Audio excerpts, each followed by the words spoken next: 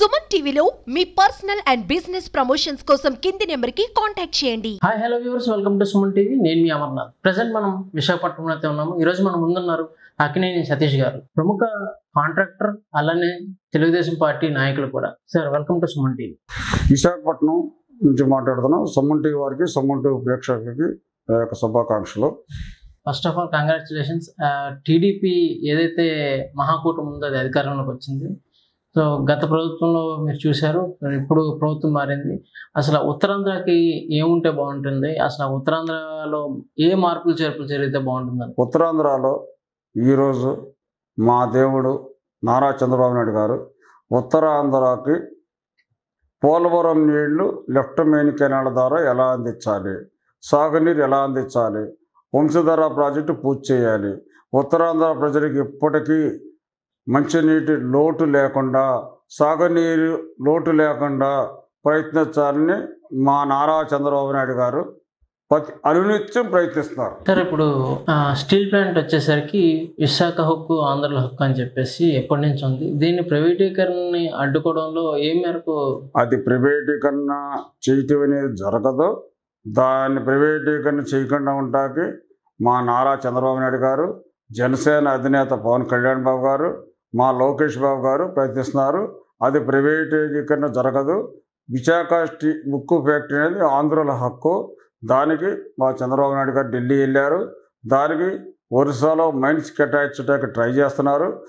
Visakhapatnam steel plant మరొక సంవత్సరం 2 సంవత్సరాల్లో అనేక లాభాల్లో అభివృద్ధి చెందాలని మేము భావిస్తున్నాం. 2024 సార్వత్రిక ఎన్నికల్లో కీలక, అంటే టీడీపీ, జనసేన, బీజేపీ ఒక ప్రభుత్వం స్థాపించడానికి కీలక పాత్ర పోషించింది కొణిదెల పవన్ కళ్యాణ్ గారు.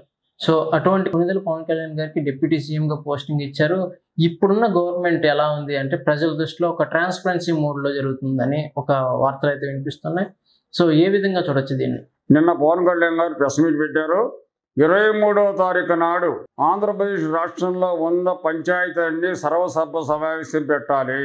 సర్వసభ్య సమావేశం అంటే బుక్లో సంతకాలు పెట్టడం కాదు.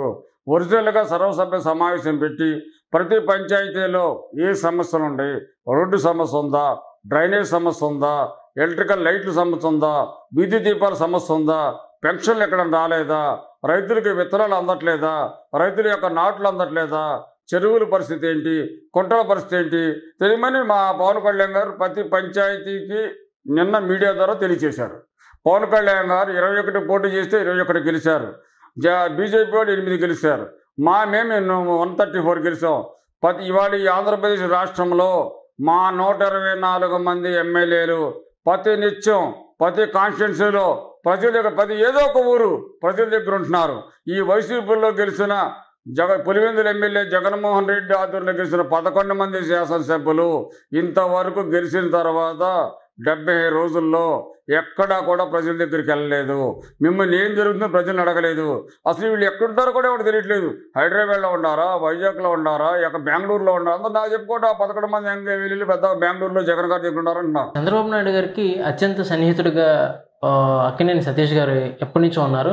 సో అప్పటికి ఇప్పటికి చంద్రబాబు నాయుడు గారిలో చూసినటువంటి మార్పు ఎటువంటిది, ఎలా ఉంది? ఆయనలో అభివృద్ధులు, ఆయనతో మార్పు ఏమీ ఉండదు. ప్రతినిత్యం అభివృద్ధి చేస్తూ ఉంటారు. ప్రస్తుతానికి ఆయన్ని 1994 చంద్రబాబు గారు చూస్తున్నారు. సపోజ్ ఇవాళ మంగళవారం, ఆయన సోమవారం నాడు సోమశిల ప్రాజెక్టు సందర్శించి నెల్లూరులో ప్రజలందరితో మీటింగ్ పెట్టి చక్కగా పరిపాలిస్తున్నారు. ఆంధ్రప్రదేశ్ యొక్క రాష్ట్ర ప్రజలు మొత్తం బ్రహ్మాండంగా ఉన్నారు.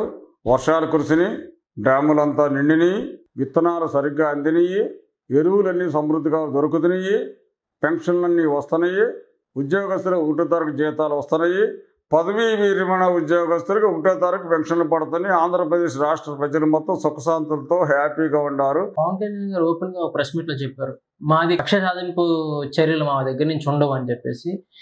ఈ విధంగా చూసుకుంటే జరుగుతున్న ఈ అరెస్టులన్నీ ఏ కోణంలో తీసుకుంటారు? అరెస్టులకి మా ప్రభుత్వానికి ఎటువంటి సంబంధం లేదు. చట్టం పని తను చేసుకుపోద్ది. మీ అమర్నాథ్ గారు మీకు తెలియదు, నేను చెబుతున్నాను వినండి. పోలవరపు మురళీ గారు అనే ఒక ఆధార్ కార్డు ట్యాంపరింగ్ చేసి ఆధార్ కార్డులో నెంబర్ మార్చి పోలవరం మురళి గారు సన్న కృష్ణారావు అని పెట్టి ఒక జోగి రమేష్ కొడుకు అగ్రిగోల్డ్ భూములు రిజిస్టర్ చేసుకుని దాన్ని వేరే వారికి విక్రయించడం జరిగింది.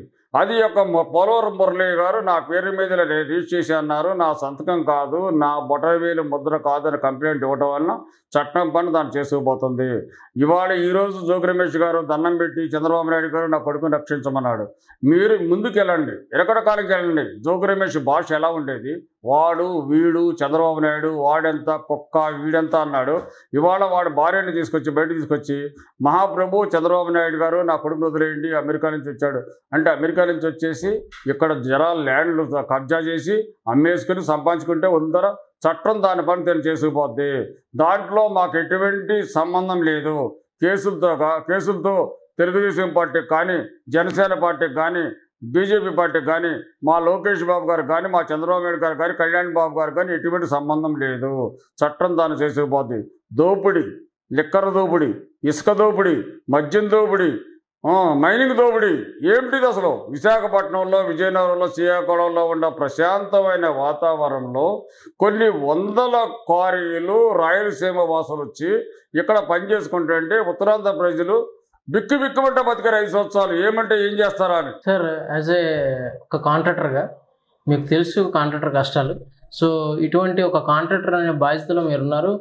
గత ప్రభుత్వంలో నిజంగా మీరు చేసినటువంటి పనులకి నిధులు మీకు అందినాయా? అందలేదు. 2014 to 19 మధ్యలో చేసిన బిల్లులు కూడా మాకు ₹1 కూడా పే చేయలేదు. అసలు వర్కులు చేస్తే కదా వాళ్ళు బిల్లులు తీసుకోవటమే కదా. వర్కులు చేయకుండా బిల్లులు తీసుకున్నారు కాబట్టే ఈరోజు వైసీపీ యొక్క మాఫియా ముఠ పోలవరంలో ఫైళ్లు దగ్ధం చేయటం, టీటీడీ ఇంజనీరింగ్ విభాగంలో ఫైళ్లు దగ్ధం చేయటం, మదనపల్లిలో ఫైళ్లు దగ్ధం చేయటం, పొల్యూషన్ కంట్రోల్ బోర్డులో ఫైళ్లు దగ్ధం చేయటం, ఈ అరాచకాలు సాగవు. యంత్రాంగం మొత్తం సెటిల్ అవుతుంది.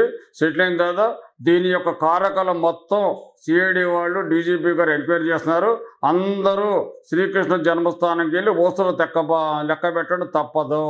ఎంత పెద్దవాళ్ళైనా సరే, ఇందులో పులివెందు ఎమ్మెల్యే జగన్మోహన్ రెడ్డి అయినా, పెద్దిరెడ్డి రామచంద్రరెడ్డి అయినా, మిథున్ రెడ్డి అయినా, ఎవరైనా జైలు సజ్జల రామకృష్ణారెడ్డి అయినా, విజయసాయి రెడ్డి అయినా జైలు ఓతలు లెక్క పెట్టడం తప్పదు.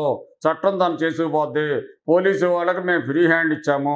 పోలీసు వ్యవస్థలో మా పార్టీ నాయకులు నారా చంద్రబాబు నాయుడు గారి మా లోకేష్ బాబు గారు కానీ పవన్ కళ్యాణ్ బాబు గారు కానీ ఎటువంటి దాంట్లో జోక్యం ఉండదు.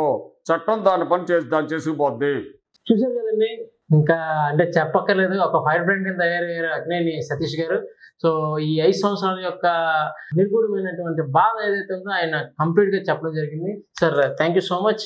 ఇలానే మీ ప్రభుత్వం ముందుకెళ్తూ ప్రజల సంక్షేమంతో పాటు అభివృద్ధి కూడా ధ్యేయంగా ముందుకెళ్ళాలని మనస్ఫూర్తిగా కోరుకుంటూ సెలవు తీసుకుంటాం.